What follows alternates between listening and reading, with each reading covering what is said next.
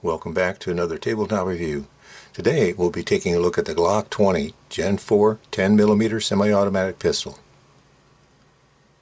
Looking for something you can confidently carry in the woods, just in case? My son, who does a lot of hiking in Colorado, has always carried his Ruger Blackhawk 44 Magnum revolver for that purpose. He says his main concern is for mountain lions, but Colorado also has black bear. And here's a bit of information. In 2020 alone, Colorado saw nearly 5,000 interactions between humans and black bears. Now, it's true that in the last 100 years, Colorado officials have recorded only 4 fatal bear attacks, and admittedly, mountain lion attacks are rare. But do you want to be one of those statistics? About a year ago, he and I had a discussion about the adequacy of his 44 Magnum 6-shot revolver.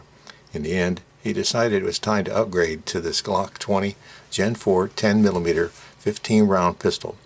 And he was kind enough to bring it with him while visiting recently. So we're going to take a look at it, but let's begin by making sure this gun is cleared first. By the way, if you enjoyed this review, be sure to like, share, and subscribe. First, you should know that my son is a major in the U.S. Army and knows more about ballistics than most of us really need to know. And he's a real Glock fan who's owned and carried several different Glocks as his personal concealed carry firearm for years. For those of you who have followed my reviews, you know I only became a Glock owner myself a few months ago. But you'll get no argument from me regarding the Glock brand. Glocks are known worldwide for their outstanding reliability and have a reputation of being able to withstand extreme brutal conditions. In addition, Glocks are known for their excellent accuracy, comfortable shooting characteristics, easy maintenance, widespread aftermarket support, and reasonable price. So it was no surprise to me when he told me of his choice of a Glock for a 10mm pistol. Pioneered by Smith & Wesson and the FBI in the early 80s, 10mm pistols have been around for about 40 years. Although overshadowed in the civilian market by the popularity of the 9mm round guns, 10mm handguns have their support within law enforcement communities. On the morning of April 11, 1986, 8 Miami FBI agents spotted and approached 2 wanted bank robbers. In the ensuing firefight, 2 special agents were killed. It was later determined that the then issued FBI 9mm service round lacked sufficient penetration to readily incapacitate. This resulted in a shakeup of the FBI and got the attention of law enforcement in general. With the FBI declaring their service handguns deficient in stopping power, the search began in earnest for a more powerful cartridge capable of penetrating into incapacitating depths. In a nutshell, finding of multiple ballistic gel tests found that the 10mm could travel more than 17 inches after impact, whereas the 9mm could only travel about 13 inches after impact.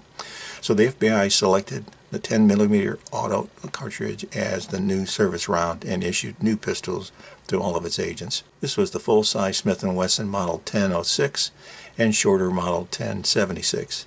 The first 1911 pistol to be chambered for 10mm auto was the Colt Delta Elite. Of course, as time passed, complaints about the 10mm auto being too difficult to handle resulted in loading it down to more manageable velocities. Soon shooters realized that the 10mm had a lot of unused case capacity and decided to shorten it. This abbreviated 10mm auto became the 40 Smith & Wesson, which has since become the most prevalent cartridge issued to American law enforcement. Sadly, the 40 Smith & Wesson can't come close to the ballistics of the 10mm auto. And whether you're looking at penetration or distance, the 10mm auto cartridge is superior to the 9. In addition, recent advances in metallurgy have resulted in the production of firearms more capable of handling the 10mm round. Therefore, today, the popularity of the 10mm handguns is on the rise. Now, compared to the 44 Magnum round, my son admits that although he would still prefer the 44 Magnum round for its kinetic energy over the 10mm, the reality is more a question of 15 rounds of more controllable 10mm semi-automatic rounds versus 6 of difficult-to-manage 44 Magnum rounds from a single-action revolver for him. Glock has been producing striker-fired 10mm firearms for more than 2 decades. The Glock 20 is a full-size 10mm pistol with an overall length of just over 8 inches. If you're looking for something a little shorter, the Glock 29 is their compact version with an overall length of 7 inches. Whereas if you're looking for something a little longer, the Glock 40 is 9.5 inches long overall. The look and the feel of the Glock 20 Gen 4 is conventional Glock. No need to learn new controls or functions. If you're used to a Glock, you'll be very comfortable with a Glock 20. As for packaging, the packaging for the Glock 20 Gen 4 is basically conventional Glock. Came in a plastic case with the manual and other paperwork. Came with 2 extra magazines, a mag loader, a set of backstrap options, a cleaning brush, and of course it came with the lock. As for specifications, of course the Glock 20 is a 10mm pistol. Barrel length is 4.61 inches, overall length is 8.07 inches, the weight is 30.69 ounces empty, the grips are polymer, and they come with the modular backstrap system. The sights are white dot, the action is semi-auto, the frame is polymer, and there is a Tenefer coated steel slide. Capacity is 15 plus 1. This is my son's 10mm Glock 20, and this is my 9mm Glock 17. Of course, the Glock 20 is unaltered, and my Glock 17 Gen 5 has Trijicon suppressor height night sights, a Hogue grip sleeve, combo tactical light and laser, as well as a threaded barrel. Now the G20 is actually a little larger than the G17 with its larger and thicker slide. The G20 even has a longer sight radius for improved accuracy, but the feel and the function of the two are very similar. There's a slight difference in weight, with my modified G17 weighing 28.8 ounces compared to my son's G20, which weighs 30.75 ounces empty. The G20 is basically a larger gun. There's also no doubt that firing the G20 you'll notice a difference, with much more of a punch, but not as much as you might expect. What the 10mm round provides is greater range and, more importantly, greater penetration than the 9mm. And let's look at the difference between the Ruger Super Blackhawk 44 Magnum and the Glock 20. Where the G20 really outshines the Ruger is in control and capacity, which was to be expected. So when it comes to hitting your intended target multiple times in the shortest amount of time, choosing the Glock 20 is probably the most logical decision. Of course, what 10mm rounds you choose can make a big difference in the performance of this gun. For a Predator defensive round, my son could only find 200 grain Federal solid core rounds, which should be sufficient. I ordered some DOUBLETAP hard cast 10mm rounds for him, which are advertised to be the heaviest and deepest penetrating 10mm rounds. It's suggested to be perfect for big game hunting and woods protection, and the bullet is sturdy enough to use in factory barrels without buildup. Neither of these rounds are cheap. Expect to pay between $1.50 and $2 per round today. But target and range 180 grain 10mm rounds can be found for as little as 60 cents a round today. One of the major gripes critics of the 10mm have is the recoil it generates, and I would agree it's certainly more than a 9mm. But I can tell you from experience, my double single action Smith & Wesson Model 2944 Magnum revolver here has one heck of a kick. I'm very good with first shot accuracy, but follow-up shots, not so good. Remember that my son's Super Blackhawk revolver is a single action gun, so you have to cock and aim, and the small Western grips don't help.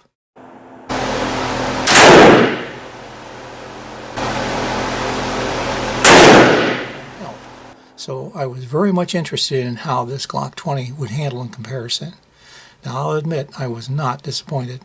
The 10mm rounds produce more recoil than a 9mm round, but compared to the 44 Magnum rounds, the Predator Defense 135 grain 10mm rounds are much more comfortable and manageable. Reacquiring my target was actually easier than I was expecting, and I found performance-wise I was about as good with my son's G20 as I am with my 9mm G17. By the way, while my son was visiting, we were in the middle of extreme low temperatures and blizzard conditions, so all the ranges were closed, and later they were closed for the holidays. So I couldn't make any range videos. Later, while visiting my son, we took his Glock 20 to his range, but we didn't have a camera and couldn't have used it if we did. So I could only describe the experience. However, when back home, I was able to get my hands on a rental G40, the longer barreled version of his G20, and that's the video I'm showing here. I'm shooting 135 grain Monoflex Hornady handgun 100 rounds. To me, the guns were very similar in performance. So here we are at the range with the target set at 25 feet. That's my usual training distance. First time shooting the G40 with Hornady rounds, and I wasn't sure what to expect. This G40 10mm is such an improvement over shooting 44 Magnum rounds. Wow. Follow-up shots are much quicker, easier, and my accuracy is fine. This G40 is actually very comfortable. Nice. As I've said in other reviews, I try to judge guns objectively, keeping in mind their intended function. The Glock 20 wasn't really intended for concealment or to serve as your everyday carry handgun. Not that it couldn't. Yes, it's heavy and big, but given its design purpose, it's only fair to judge it within that context. And to be honest, I personally don't have a real need for the firepower of 10mm rounds. Still, I admit I'm intrigued. But if I wanted a 10mm pistol, as my son does for defense against the possibility of bears and mountain lions, would the Glock 20 be a good choice? In my opinion, I think the Glock 20 makes a very compelling possibility, but the G20 isn't perfect. There are complaints about problems with cycling of certain type of ammo. Although 10mm ammo isn't cheap, you'll need to practice for the ammo you intend to carry to ensure that chosen ammo is and remains reliable with your gun. That can end up being expensive. Furthermore, the magazine release is located right next to the trigger guard, so accidentally releasing the magazine is a possibility. As for the Glock sights, I've never really been a fan. And depending on the size of your hands, you could be one of those who suffer from slide bites when shooting. And there are those who, like me, complain that the grip angle is too steep, making it difficult to hold and shoot accurately. And there are also complaints that the follower of the Glock 20 standard 15-round magazine is too small and therefore does not always lock the slide back at the end of the last shot. And one more thing, I'm told that due to the lack of serrations and texturing, the Glock 20 can be difficult to manipulate with gloved hands. As for pros, let's just acknowledge the basic Glock strength, like general reliability, easy maintenance, its unequal support for parts, upgrades, and accessories, and its shooting comfort, accuracy, and its reasonable price.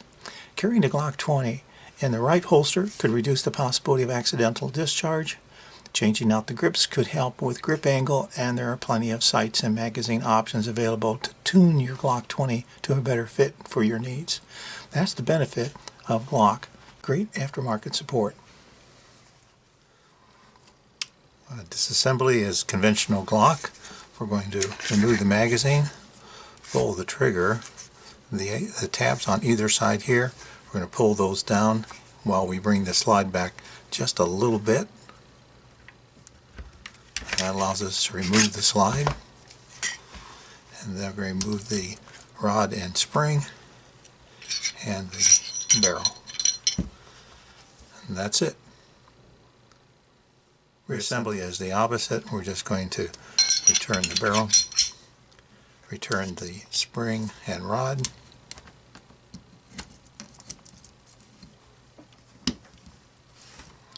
and then return the slide to the frame and check for function, and that's it. Manufacturer's suggested retail price of the Glock 20 Gen 4 today is $695, the same as the Glock 17 Gen 5, which seems like a pretty good price. Real world prices for the Glock 20 are closer to about $600, even better. When compared to the price of other 10mm guns like the Kimber Eclipse Custom 2 at $1,340 or the Colt Delta Elite at $1,210, the Glock 20 seems like a real bargain. Now, before we end today's video, I'd like to remind you, if you haven't already, be sure to share, like, and subscribe down below. And thanks for watching. Now, a good question for me might be, why would I own a 10mm handgun? For me, it wouldn't make sense to expect a 10mm firearm to serve as my daily carry weapon, although I know there are plenty of those out there that do. I can only assume it would take the functional place of my Smith & Wesson Model 29 revolver, which I rarely carry primarily because today I just don't do much backwood hiking, and I'm unlikely to encounter a mountain lion or bear given where I am, even if I did. However, that being said, I'll still hang on to my Model 29 just in case. But let's say I were looking to replace the .44 Magnum. Would the Glock 2010mm be a good choice? Well, I have to say yes, I really would. So in conclusion, given that I'm not as big a fan of a Glock as my son is, I'll admit that I can find little to argue about his choice of the Glock 20 to replace his old Ruger .44 Magnum revolver as a hiking sidearm. It's lighter, it's ballistically better, has better capacity, has stellar reputation for ruggedness and reliability. It's easier to shoot, and it just plain shoots better. And the price for the Glock 20 seals the deal as far as I'm concerned. Now personally, I'd opt for the more compact Model G29, add hoe grips, and add a really good red dot if it were mine. But regardless, any weapon you carry is better than the one you left at home. Thanks for watching. Hope you'll be back for my next tabletop review. Until next time, stay safe.